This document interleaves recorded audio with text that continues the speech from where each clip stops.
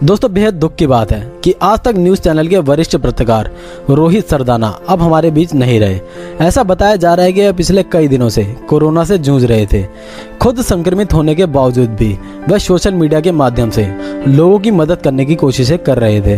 हाल ही में उन्होंने अपने एक ट्वीट में लोगों की मदद करने हेतु कुछ लिखा भी था।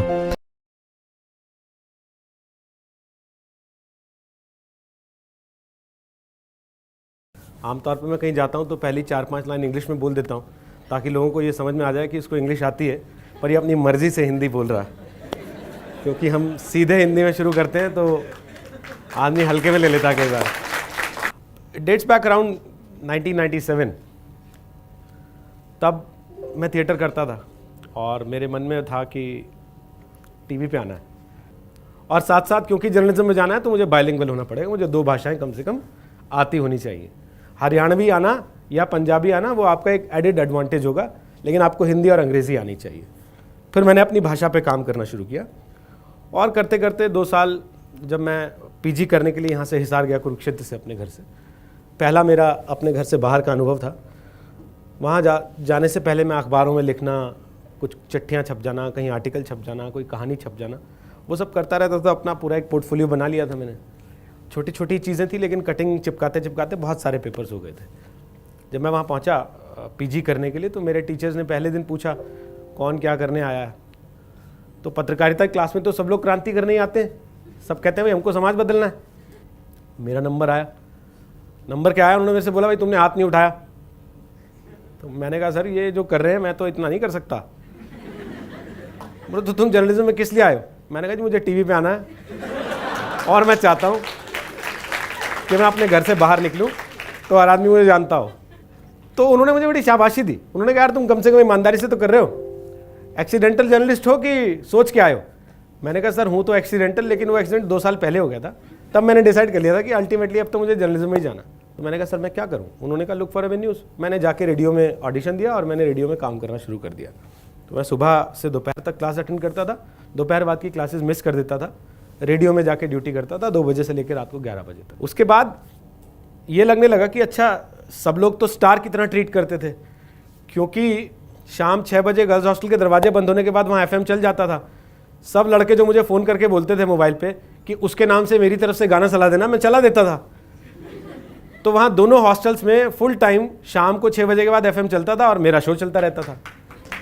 सो मुझे जो स्टारडम मिल रहा था, मुझे लगा कि यही तो चाहिए था, यही तो करने आए थे अपन इधर।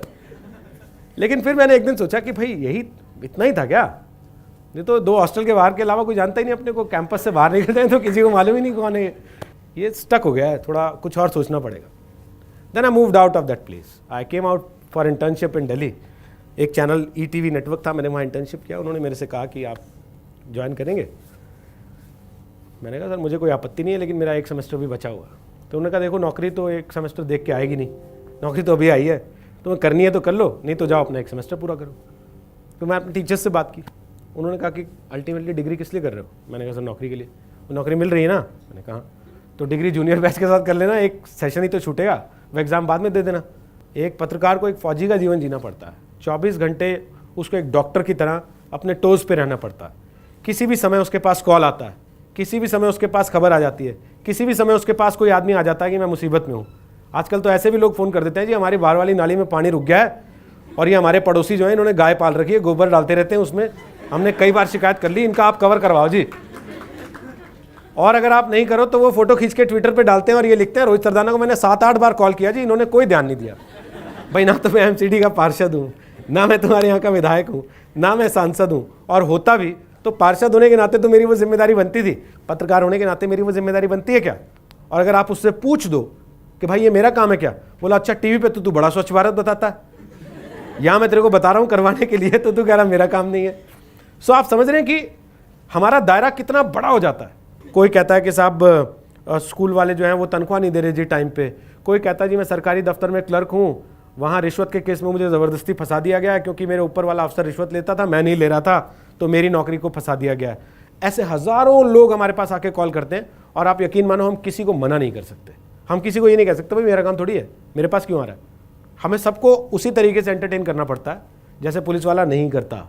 हमें सबको वैसे एंटरटेन करना पड़ता है जैसे वो एक्चुअल दफ्तर एंटरटेन नहीं करता जहाँ जाके उसकी शिकायत दर्ज होनी होती है। हमें उन सब के जीवन का उतना हिस्सा बनना पड़ता है जितना कि शायद हम अपने परिवार वालों को उनके जीवन में नहीं बन पाते, दे पाते समय, लेकिन उनके साथ हमें वो करना पड़ता है। मैं वहाँ चला गया तो पहले दिन जिसने मेरा ऑडिशन लिया, he was a south Indian, उसको हिंदी नहीं आती थी और हिंदी में मेरा ऑडिशन था। मैंने हिंदी में ऑडिशन दिया। मैं आकाशवाणी से अप्रूव्ड आर्टिस्ट था, थिएटर करता था आकाशवाणी के लिए। और वहाँ पे जब मेरा ऑडिशन हुआ उसके बाद मुझे बताया गया कि sorry we can not put you on air. I said why? आपका उच्चारण में बहुत दोष है। तो भीड़ का हिस्सा बनने का मुझे शौक नहीं था। I called up my father. मैंने कहा कि मेरा टिकट करा दो, मैं परसों वापस आ रहा हूँ। तो उन्होंने कहा अच्छा यहाँ से भी भागोगे? तो मैंने कहा जी ये तो मुझे वीटी एडिटर बना देना चाहते हैं, कोई प्लान ही नहीं है इनका। तो बोले प्लान उनको थोड़ी करना है, प्लान तो तुमको करना है। मुझे लगा ठीक है चलो जो ये सिखा रहे हैं वो तो सीख लें, बाकी चीज़ें बाद में देखी जाएंगी। So I started working as a VT editor. जो आप ये शूट कर रहे हैं, एक आदमी इसको एयर करने से पहले एडिट करेगा बैठ के, तो वो एडिटिंग का काम वहाँ पे सीख रहा था। मैंने सीखना शुरू किया।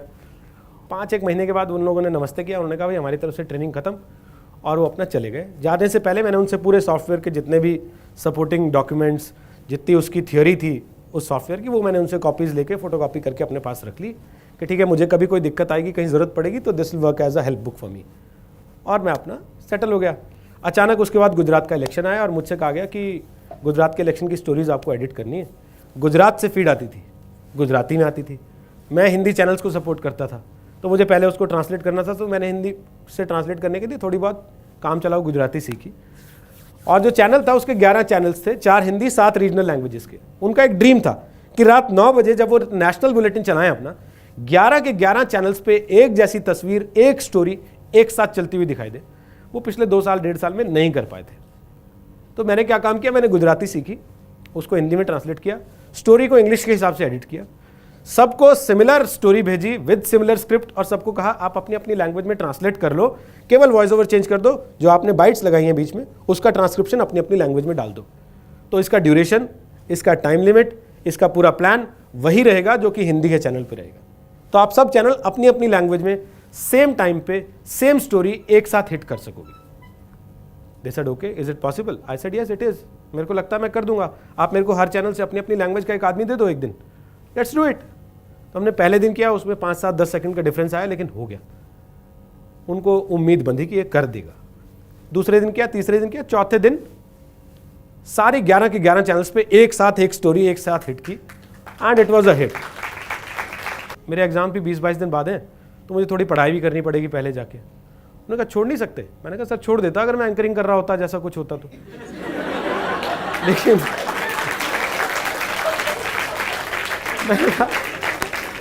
मैंने कहा यार ये पर्दे के पीछे बैठ के ये करने के लिए मैं अपनी डिग्री थोड़ी छोड़ दूंगा। एंड मेरी सैलरी कितनी थी मालूम है? मेरी सैलरी थी वहाँ पे, स्टिपेंड था 3,200 रुपये। मैंने कहा सर ये 3,200 रुपये में से टैक्स भी काट लेते हो आप, TDS VDS टाइप का। मेरे हाथ में आते हैं 2,900 रुपये। 5,500 रुपये मैं अपने पापा से लेता हूँ सर्वाइव करने के लिए यहाँ पे। इससे अच्छा था मैं वहाँ हिसार में रहता था, 15-18 हज़ार रुपये कमा लेता था, दोस्तों को भी उधार दे देता था। यहाँ तो मांग के काम चलाना पड़ रहा है। तो मैंने कहा बॉस मैं जा रहा हूँ। उन्होंने कहा तू सोच ले। मैंने कहा मैंने सोच के ही बताया आपको। तो उनको लगा अभी थोड़ा दिमाग में इसके फितूर है, कोई बात नहीं, बात कर लेंगे, कल बात करेंगे। उन्होंने कहा, मैंने कहा ठीक है। कल आए नहीं वो, मैं ऑफिस ही नहीं गया। तो स्टोरी ने कहा ये क्या कर रहे हो तुम लोग? मैंने कहा सर छुट्टी मना रहे। तुमको पता आज कितना फकअप हो गया? मैंने कहा सर मैंने तो कल ही बताया था मैं आऊँगा नहीं, आपको मेंटली प्रिपेयर रहना चाहिए था। और मैंने कहा था कल बात करेंगे। मैंने कहा तो आइए ना, आ गए हैं अब आप बात करते हैं।